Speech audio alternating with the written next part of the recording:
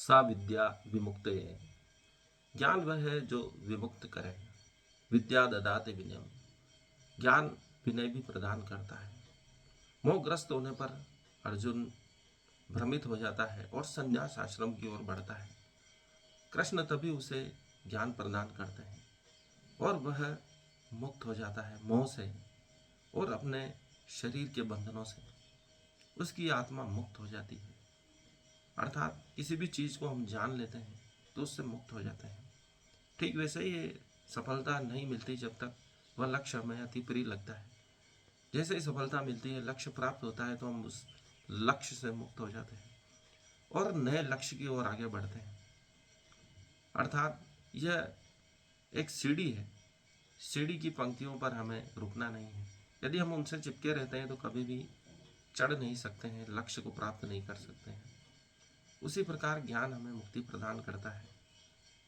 जिन चीज़ों के लिए हम इतने मोहग्रस्त हैं, ज्ञान उन्हीं चीज़ों को जानकर उनसे मुक्त कर देता है। इसलिए संत ऋषि इतने मुक्त भाव में रहते हैं।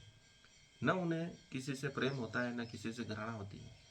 इसलिए बुद्ध ने कहा है कि सम अवस्था में रहो, मध्य मार्ग में रहो। न तो ज़्यादा अति की तरफ बढ़ो, न ही निम्नता की ओर बढ़ो। मध्यम मार्ग ही श्रेष्ठ है। इसी को कृष्ण ने समत्व भाव कहा है। समत्वम योग उच्यते।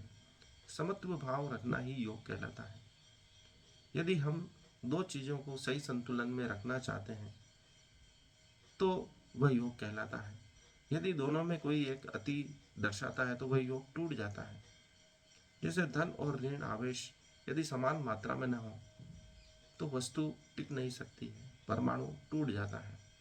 उसी प्रकार जीवन में भी समत्व भाव होना आवश्यक है। विपरीत ध्रुवों को भी संतुलित किया जा सकता है यदि उनमें समत्व भाव आ जाए। यह योग है। जीवन में संतुलन स्थापित करना ही योग है। हर क्षण विपरीत परिस्थितियां मनुष्य को बाधित करती हैं, परेशान करती हैं, लेकिन योग यही दर्शाता है कि कैसे अनुकूलित रहा जाए, परिस्थितियों से कैसे सामंजस्य स्थापित किया जाए। फिटेस्ट सर्वाइवल की जो थ्योरी है, जो स्पेंसर ने दी थी समाजशास्त्र में, उसका यही तात्पर्य है कि जो फिट है, योग्यतम की उत्तरजीविता का सिद्धांत कहलाता है। अर्थात जो योग्य है, अनुकूलित होने की क्षमता रखता है, वही इस प्रकृति में जीवित रह सकता है। अर्थात उसका इतना शक्तिशाली होना आवश्यक नहीं है, नहीं बलशाली होना आवश्यक है, बल्कि वह संतुलन स्थापित करना सीख जाए, अनुकूलित होना सीख जाए, तो वह इस जीवन संघर्ष से मुक्त हो जाता है। ज्ञान हमें वही शक्ति प्रदान करता है। जितना हम चीज़ों को जानेंगे उनसे उतना मुक्त हो पाएंगे। इसलिए संपूर्ण ज्ञान आवश्यक है। इसलिए कृष्ण अपना विराट रूप प्रदर्शित कर अपना संपूर्ण ज्ञान अर्जुन को प्रदान कर देते हैं, ताकि वह जान सके अपने आप की सच्चाई और इस ब्रह्मांड की सच्चाई। इसलिए कहा गया है, यत् पिंडे तद ब्रह्मांडे। हर पिंड में पूरा ब्रह्मांड छिपा हुआ है। यदि हम अपने स्वयं को भी जान लेते हैं तो ब्रह्मांड को जाना जा सकता है। यदि हम ब्रह्मांड को जान लें तो भी स्वयं को जाना जा सकता है। इसलिए विकास यात्रा हमारी किस दिशा में होती है, महत्वपूर्ण है। जब कृष्ण अर्जुन को स्वयं का पूरा ज्ञान दे देते हैं तो ब्रह्मांड का भी साक्षात्कार हो जाता है, अर्थात विराट रूप का दर्शन हो जाता है। यही भाव प्रकट करती है भगवत गीता कि स्वयं को जानने से विराट की यात्रा तक कैसे पहुंचा जाता है। स्वयं को जानकर हम ब्रह्मांड को, विराट को कैसे जान सकते हैं, यही कृष्ण हमें भगवत गीता में बताते हैं। ओशो भी यही कहते हैं, जिन चीज़ों से हम मुक्त होना चाहते हैं उनको अच्छी तरह जान लें, पूरी तरह जान लें, तो हम उनसे मुक्त हो सकते हैं। यदि हम आधा अधूरा ज्ञान रखते हैं तो वह बंधन उत्पन्न करता है। कई जन्मों की यात्रा यही प्रदर्शित करती है कि हमने चीज़ों को अच्छी तरह नहीं जाना। इसलिए ओशो कहते हैं कि इस क्षण को पूरा जियो, इस क्षण का पूरा आनंद लो, इसका पूरा उपयोग कर लो, इसको पूरा जान लो, तो तुम इस क्षण से मुक्त हो जाओ।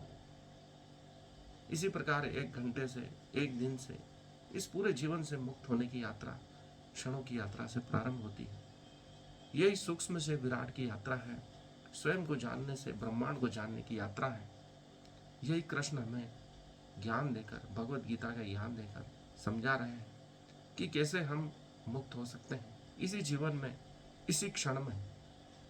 यह जानने की यात्रा है, संपूर्ण ज्ञान प्राप्त करने की यात्रा है, इस क्षण में दृष्टा होने की यात्रा है, समत्वम योग उच्चते की यात्रा है। दुख सुखे समय कृत्वा का जो भाव है उसको जानने की यात्रा है। भगवत गीता हमें यही सिखाती है कि हर क्षण ज्ञान को प्राप्त किया जा सकता है, चाहे आपके पास समय न हो या न हो।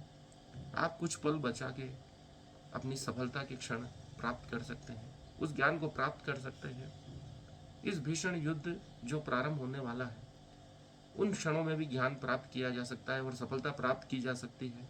उसका उद्देश्य है भगवत गीता, कि कैसे आप समय को प्रबंधन करके सफलता प्राप्त कर सकते हैं। चाहे आपके पास कितना भी समय बचा हो, आप सफलता प्राप्त कर सकते हैं। धन्यवाद। आज के लिए इतना ही। इस वीडियो को लाइक करें, चैनल को सब्सक्राइब करें।